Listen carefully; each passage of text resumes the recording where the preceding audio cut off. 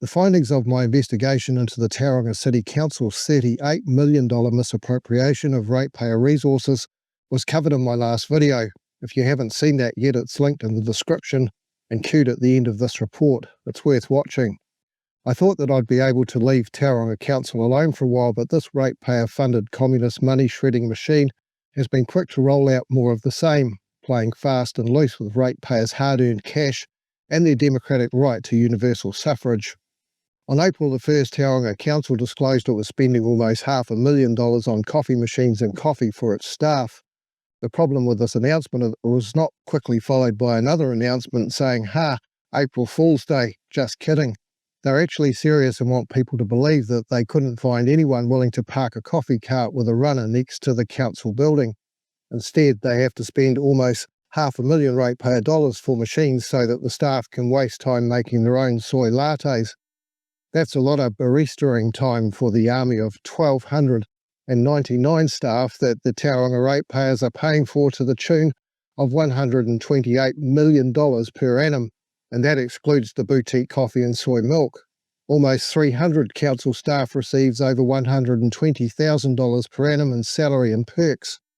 But wait, there's more. To ensure that the good people of Tauranga have some future-proofing against any possible reduction in their rates bills, the council has also just announced that it is increasing its debt ratio from 2.8 times its annual revenue to 3 times its annual revenue. Now let's cut to the chase about what this means in actual ratepayer dollars. In 2023, the council collected about $447 million in revenue, so now it can borrow about $1.3 billion against the future earnings of Tauranga's hapless ratepayers. Of course, as the council increases rates, the next of which is announced at 12% in a few months' time, the debt ceiling increases and exposes ratepayers to over $1.5 billion loaned against their future earnings. Each time the rates go up, debt exposure goes up proportionally. That's a heck of an inheritance legacy that the Tauranga Council are leaving for the grandchildren of the city's ratepayers. But wait, there's even more. The news that really caught my eye was the announcement that a group of fractional descendants of treaty subjects have been appointed to various council committees and granted full voting rights. This decision was made late last year. The timing of the announcement was in the fortnight before Christmas, the busiest time of year for ratepayers, and when they would be least likely to notice the imposition of ethno-Marxist governance and in no fair position to really object to it. In between by far the most hums and ha's we've heard this political term, Tauranga Mayor Mahi Drysdale tried to justify his council's departure from democratic representative government in a train wreck interview with Sean Plunkett on the platform earlier this year. Listen to this waffle. Talking of virtue signalling, some might put that interpretation on moves this week and decisions this week taken by a democratic vote of people democratically elected on the Tauranga Council to put people who aren't democratically elected on council committees and pay them money. And what is this based on? Well, largely on their race. This wasn't campaigned on by the new Mayor, Mahi Drysdale. So why has he done it? Mahi Drysdale joins us now. Welcome to the program. Good morning, Sean. Good morning. You were democratically elected, right? Yes, I was. Why have you decided to appoint people, or why did you vote, along with the majority of your democratically elected councillors, to have people who aren't democratically elected making decisions for the people of Tauranga and being paid by them? Yeah, I think there's a couple of things here. One, it's very important to just differentiate that, the council is elected and the council, no one is being appointed to council. These are onto council committees. There's a couple of reasons. Do those council committees make decisions? They do. Based on vote, decisions are always, yes, they do. They always, the big decisions are made by council, and that's very important to note. There is no way you can delegate, some of the things like bylaws and things away from council. So that is very clear. But this is actually very much status quo. for Tauranga. We've had representatives since 2016 on council committee. And we've seen the Representative of what groups? I mean, you've got a lot of old people there. Do you have like pensioners representatives? We have iwi representatives on those committees, and we've seen Any other groups, Mahi? Any other groups that are significant in your community who are on these groups who get these privileges? no, there's It's race-based, right? It's race-based. well, not entirely, because we're actually asking for specific skills and expertise. As long as you're Maori. Saying that, well, to put it into context, Sean, there is legislation saying that we must consult with iwi, and Yeah, and is sitting someone on committee consulting or not? Who decided that sitting someone on a committee was consulting?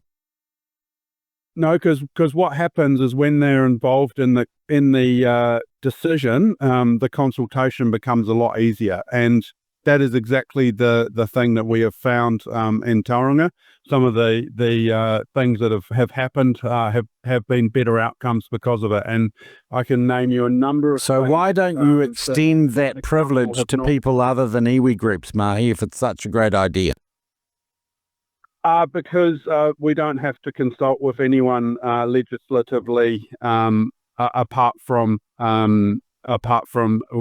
iwi, and that is the difference. Obviously things like the annual plan, we've got to consult with our community, and they but that is the whole community. And You're going to pay these people? Yeah, we are going to pay them. They'll be paid in line with our other appointed members of. And who are the other appointed members of those councillors? Anyone else on these committees beside councillors and iwi, Mahi? Yeah, and that is very normal across the country. Okay, who are the other people on these committees that aren't councillors? So one of the other items on our agenda, which no one seems to have bothered to look at, was appointing an independent chair for the Audit and Risk Committee, and that is not an elected. Okay, well, that's pretty normal for auditing and that. I'm just asking, anywhere else? You got anyone else beside councillors sitting on these committees? No. Okay, so it is entirely based on whether you're iwi apart from auditing, which can stand apart from that. That's fine. What sort of response have you had to this news and this decision? It's been pretty mixed. Yeah, we've had obviously a lot of feedback that is against it. Do you believe in co-governance? No, I don't believe in. Why do you use the word then? Because I'm saying that is one example that it works, and in certain situations it is. I do believe in it because I've been. Okay, so you do believe in co-governance. Again, the argument for overriding democracy and imposing ethno-Marxist governance is the redistribution of ratepayer resources to the tribal aristocracy of the fractional descendants of treaty subjects to satisfy the religion of equity. Let's just call it what it is without any Drysdalean euphemizing. This is plainly the application of critical race theory. It's also important to realise that these ethno-Marxist committee appointments are on top of the Māori ward, which Tauranga Council also adopted without a ratepayer mandate. So now, despite clear opposition from ratepayers, Tauranga has both a Māori ward and unelected fractional descendants of treaty subjects sitting as voting council committee members. How did we get here? Well, let's take a quick tour of the history. First, the unelected voting committee members. This neo-Marxist representation arises from the Local Government Act 2002. That law authorised local body councils to appoint unelected members to council committees with full voting rights. This law change to a par-communist model of local body governance was, of course, imposed by a neo-Marxist labour regime headed by the mentor of that woman, that other woman. In the absence of this statutory law, the committee appointments would fall foul of public law first principles and would therefore be illegal. As you can see, the woke agenda, otherwise known as neo-Marxism, goes well back into New Zealand's political history. The aim of the Labour enacted law, if we wade through the euphemistic buzzwords and neo-Marxist propaganda, is to get fractional descendants of treaty subjects into positions of governing power without needing them to be democratically elected on merit. Councillor Hatapu Baker said usurpation by the aristocracy of the descendants of fractional treaty subjects was enabling equal partnership. Baker's claim has a couple of issues. Firstly, the purpose of local body councils is to serve the interests of ratepayers, not the interests of fractional descendants of treaty subjects. And secondly, local governance is not a partnership. It's a democratic representative political system whose sole purpose is to serve ratepayers by taking care of their city. Well, at least that's what it's supposed to be. Ironically, Baker, who champions neo-Marxism, won the Welcome Bay General Award democratically in the last election. Tauranga Mayor Mahi Drysdale claims that these appointments will result in council making better decisions. He doesn't say how, and clearly his claim is nonsense propaganda and an insult to the intelligence of Tauranga ratepayers. It's incredible that in this post-that-woman age, neo-Marxists like Drysdale still think that people are fooled into believing their woke gibberish. Mahi, listen mate, no one believes you. Stop talking communist propaganda. We see you, we see the gaslighting. We know what you are. Start checking the job vacancies at Harvard, mate. Of course, New Zealanders who have ancestors who are sovereign subjects are just as likely to make as good a quality of decision for the ratepayers of Tauranga as New Zealanders who have both sovereign and treaty subject ancestors. We all drink the same water, we all drive the same roads, we all step in the same dog poo taking a walk on the riverbank. Drysdale's better decision spin cannot be verified or measured by objective quantifiable metrics. For Drysdale to prove his claim of better decisions being made, he would at least have to produce evidence of a materially worse decision being made by a democratically elected committee to use as a comparison. There is no such shadow committee in existence, let alone an objective arbiter of what is better or worse. Drysdale is spinning what can only be his subjective opinion as a fact, and by doing so he's being deceitful to those he was elected to serve. This claim also proposes that his own council committees are incompetent to make better decisions in the absence of subversion from fractional descendants of treaty subjects. He also doesn't say who his proposed better decisions will be better for. Does he mean better for the Tauranga Council? Does he mean better for the fractional descendants of treaty subjects? Or heaven forbid, does he mean better for the ratepayers of Tauranga? Now, as I mentioned, these council committees are additional to Māori wards. There's an ongoing battle between ratepayers who want Māori wards gone and neo-Marxists who can't live without them. I bet you can guess where Māori wards came from. Well, let me take you through that briefly. Māori wards as we know them today were introduced in 1989 by Local Government Act. Again, we see this was the Labour government, this time under David Lange. At first there was a mechanism by which ratepayers could object to Māori wards. This was by way of petition or referendum. A useful starting point in looking at how that went is the 2018 petitions which resulted in referendums. These were the outcomes: Kaikoura District Council 80.03 against, Western Bay of Plenty 78.2 against, Manawatu District 77.04 against, Palmerston North City 68.87 against, and Wakatani District 55.43 voted against. And that was in 2018, and following that, it all kicked off, ironically, in Tauranga in 2021. The ratepayers of Tauranga forced a referendum with a petition of objection against Māori wards. The response of that woman's Labour regime was to repeal the referendum mechanism from the law books so that councils could just go ahead and constitute Māori wards regardless of ratepayer objections. In other words, the ratepayers of Tauranga disagreed with that woman's neo-Marxist identity politics, so she simply stripped New Zealanders of the right to democratic representative government and local body politics. Now, the referendum mechanism has been reinstated by the coalition government, but this has come too late for the ratepayers of Tauranga. They have to wait until their local body elections in 2028 before they can have their say in whether they want neo-Marxist wards.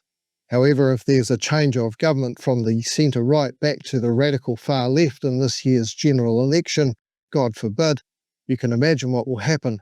And I'm not kidding about those choices. There are no centre-left political parties in New Zealand.